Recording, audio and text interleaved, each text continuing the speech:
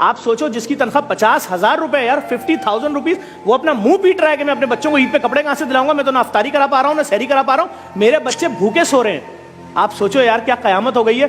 850 रुपए का 30 किलो आटा आता था 1 महीने पहले भाई, आज 5 किलो नहीं आ रहा, 860 रुपए का 5 किलो आटा है। अगर आपको पता है सिक्योरिटी गार्ड सड़कों में क्यों सो रहे हैं आजकल? ये एक नया ट्रेंड शुरू हुआ है, नोट किया आपने कि सिक्योरिटी गार्ड सड़कों पे सो रहे हैं? और क्यों? गौर नहीं किया? जब 12,000 रुपए तनख्वाह होगी, बस के अंदर आपका लग रहा है 80 रुपए एक स्टॉप का, 80 रुपए दूसरी बस का, 160 जाने का 160 आने का। जब 9,000 तुम्हारा बस का पैसा लगेगा, 3,000 महीने का बचेगा, तुम खुद दिन में कुछ नहीं खाओगे तो बीवी क्या खाएगी, बच्चे क्या खाएंगे, घर का किराया क्या? तो अब गार्ड कह रहा है मैं सड़क पे सोऊंगा, सुबह उठूंगा, नाले में अपनी पैंट धोऊंगा, खड़ा हो जाऊंगा, दरवाजे खोलता रहूंगा दिन भर सेटों के लिए। ये है गार्ड। और जो MBA लड़के हैं ना कराची के, खुदा की कसम खा के बोल रहा हूं, रक्शे और चिंचियां चला रहे हैं। क्यों? प्राइवेट नौकरी में 30,000 से ऊपर कौन दे रहा है यार? यहाँ फिर भी कुछ ना कुछ 35,000 से ऊपर कौन दे रहा है? वो 35,000 में तलाकें हो रही है लोगों के घरों में, माँ बीमार है तो इलाज नहीं करा सकते, माफियाज का राज है। डॉक्टर के पास जा रहे हैं, डॉक्टर वो टेस्ट लिख के देता है जो 2.5 लाख रुपए का। क्यों? डॉक्टर भी उस माफिया का हिस्सा बन गया। सब डॉक्टर नहीं, लेकिन बहुत सारे डॉक्टर। वो टेस्ट लिखेगा तो उसको आधे पैसे वापस मिलेंगे ना। हमारे लोगों का क्या हाल हुआ है यार? सब बुरे लोग आपस में कनेक्टेड हैं, नेटवर्क बने हुए हैं। हुकूमत को सोचना पड़ेगा। अगर इन्होंने लोगों के लिए कोई ग्रांट नहीं दी, रमजान ग्रांट नहीं, पूरे साल का मुफ्त आटे का हाल देख लीजिए, कोई मंसूबा बंदी नहीं है, कोई प्लानिंग नहीं है, कोई कौन सी प्लानिंग? आप दिलचस्पी ही नहीं है। सर आप किस इलाके की बात करते हैं? मैं आपको औरंगी, कोरंगी, लांडी, मलीर, शाह फैसल, शादमान, बफर जोन, लियारी, खारादर, जहां बोले चलते हैं हम रात में 4 बजे। अगर आपको आवारा कुत्ते ना काटें तो मेरा नाम चेंज कर दिएगा। हमारे 3 साल की बेटी को आवारा कुत्ते काट के मार दें, हुक्मरान तो इधर आते ही नहीं पुल के इस तरफ। जो जुल्म देखें, सड़कें हमारे पास नहीं है, पानी हम गटर का पानी पीते हैं भाई, गटर का। और अगर जिंदा रहना है तो जो पानी खरीदोगे उसका 9,000 रुपए बिल बनता है, और वो भी हमें पता है वो कोई फिल्टर नहीं होता, वो खाली हमें दिल को मुतमईन करने के लिए 2 नंबर पानी भर के दे रहा है। तो भाई लोगों को कोई सोच ही नहीं रहा है यार। आप सोचो 40,000 रुपए के अंदर 20,000 रुपए घर का बिल चला गया, रेंट 15,000 के इलेक्ट्रिक ले गई तुमसे, 5,000 में जिंदा कैसे रहेंगे? इस पे कोई बात नहीं कर रहा है। वो कह रहे हैं उनको गिरफ्तार कर लिया, उनको छोड़ दिया, वो कल वजीर आजम बन जाएंगे, वो मिनिस्टर बन जाएंगे। ये जितने कैमरामैन आपके खड़े हैं, इनसे कुरान पे हल्फ उठवाओ, 1 नौकरी कर रहे हो कि 2 नौकरी कर रहे हो? तुम्हारी बीवी अपनी सालगिरह पे गिफ्ट मांगती है, दे सकते हो? बोलेगा 5 साल से नहीं दिया।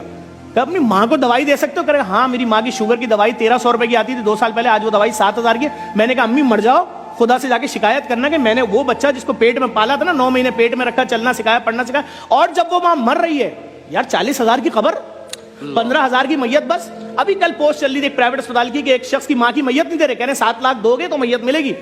वो बच्चा क्या खुदकुशी नहीं करेगा कि जिस माँ ने मुझे पैदा किया था आज उसकी लाश सड़ रही है डब्बे के अंदर, मेरे पास 7 लाख रुपए नहीं है? 7 लाख रुपए बेरोजगार आदमी के लिए 7 अरब रुपए से बड़ी रकम है जी। आप बैठो दस्तरखानों पे, जो लोग बोलते थे ना दस्तरखान बंद करो, मैं उनसे बोल रहा हूँ खुदा के अजाब से डरो। तुम्हारा पेट भरा हुआ है, तुम्हारे बच्चे खाना खा के सो रहे हैं। अभी 2 महीने की बेटी रोए और बीवी बोले तेरी बेटी भूख से रो रही है, मैं नहीं सह सकूंगा, मैं लटक जाऊंगा।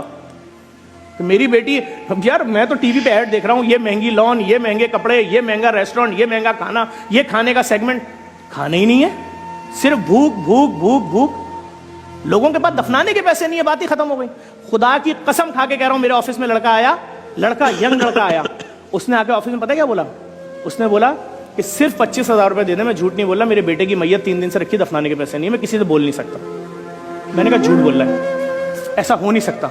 इतनी बेहिसी जमाने में लड़के को भेजा, लड़का गया, कसम खुदा की उसकी बच्चे की मैयत 3 दिन से रखी थी, सिर्फ 25,000 रुपए मांग रहा था। मैंने कहा मैयत बस के पैसे तो, बोला मैं गरीब हूं, मेरे रिश्तेदार नहीं आए, एम्बुलेंस में मैयत भेज दो। अल्लाह की जात जानती है जफर भाई, ये जब तक हम भी नेकी और इस तरह के मामलात में नहीं थे, हमें भी लगता था कि कोई ऐसी बातें कर रहा है ना तो वो शायद वो कोई बहुत ही अफसानवी बातें कर रहा है और डायलॉग है सिर्फ। लेकिन खुदा गवाह है कि वाकईतन ये जितनी बातें आप कर रहे हैं, मैं उनकी तायद करता हूँ कि इससे ज्यादा सूरत हाल खराब है। शायद हमारे अल्फाज उसको बयान ही नहीं कर सकते। जो बड़े बड़े सेठ हैं जिनकी पूरी दुनिया में कारोबार है, उनके ऑफिस से फ़ोन आता है कि यार जफ़र आ जाओ, हम तुम्हारे डायलिसिस वाले प्रोजेक्ट में डोनेशन देंगे, लैब में देंगे, मुर्दा खाने में। मैं जाता हूँ उनके ऑफिस, 2-2 घंटे बैठाते हैं, पूरे स्टाफ से मिलवाते हैं, सब कुछ करवाते हैं, अरबों रुपए जो कमा रहे, खरबों रुपए। उसके बाद लिफाफा देते हैं, हंसते हुए सबके सामने तस्वीर खिंचवाते हैं, सब कुछ करते हैं। जब हम आगे लिफाफा खोलते हैं, पता है क्या डोनेशन निकलता है? 5,000 रुपये। एक किट नहीं आ रही 5,000 रुपए की। वो जो हमारे एक डायलिसिस सेंटर का खर्चा 40 लाख था ना, डॉलर की वजह से 80 लाख में चला गया।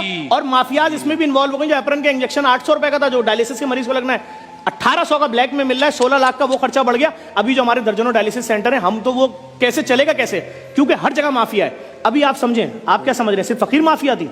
ये ठेले वाले जो है ना, ठेले वाले, ये एक आदमी का ठेला होता है, वो 7,500 का ठेला खरीदता है, 2,200 रुपए का तराजू और उसके वेट लेता है, Okay. और उसके बाद सब्जी उठाता है 10 लाख रुपए की, वो सारे ठेलों पे अपने रख देता है, और उसके बाद सबको बोलता है 1500 दिहाड़ी पे ठेले ले जाओ, तो लोग आते हैं 1500 दिहाड़ी। अब आप उस ठेले वाले के पाँव में गिर जाओ, मेरे बच्चे आज फ्रूट खाना चाह रहे हैं, मेरे बेटे का पहला रोजा है, खुदा के वास्ते फल सस्ता दे दे, मैं 600 का नहीं लूंगा, रेट लिस्ट पे लिखा है 150, 160 का दे दे, वो नहीं देगा। क्यों?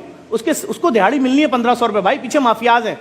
सरकार अगर इनको बंद करे, पुलिस इनकी FIR काटे ठेले वालों की, नहीं बिकेगा रेट, मार्केट रेट में। कौन करेगा? लेकिन सवाल ये है, बात ही खत्म हो दिलचस्पी गई। ही नहीं है, प्रायोरिटी ही नहीं है, अवाम सर, तरजीह मैं ही नहीं है। फकीरों के खिलाफ में निकला, 6 बाइकों पे मेरे घर तक आए। अगर मैं उस दिन उनके हाथ लग जाता, मैंने वीडियो डाली है, तो आज मेरा 10वां होता। क्यों? देखिए सीधी सी बात है, हर दुकानदार फकीर को 10 रुपए देता है। मैंने पूछा 10 रुपए क्या औकात है? उसने बोला अभी 10 तो हम इसलिए देते हैं, हमारा काम चल रहा होता है भाई। तो मैंने कहा दिन में कितने फकीरों को दे देते हो? कहते 60 65 600 रुपए लगते हैं। क्या है 600 रुपए? मैंने कहा डन। अब सुनिए, कराची में 6.5 लाख दुकानें हैं, 10 रुपए के हिसाब से अगर आप 60 फकीरों को दिन में दे रहे हैं, तो दिन का आपने 600 दिया, महीने का 18,000 दिया, 1 लाख दुकानदारों को पता है कितने बने पैसे? 32 अरब 40 करोड़ रुपए ढोंगी फकीर लेकर जा रहा है। और अगर इसको 20,000 से तकसीम करें अच्छे राशन से, तो 16 लाख खानदानों के घरों में राशन जाएगा। और अगर साल पे तकसीम कर दें, साल पे, तो 1,32,000 खानदानों को डेली राशन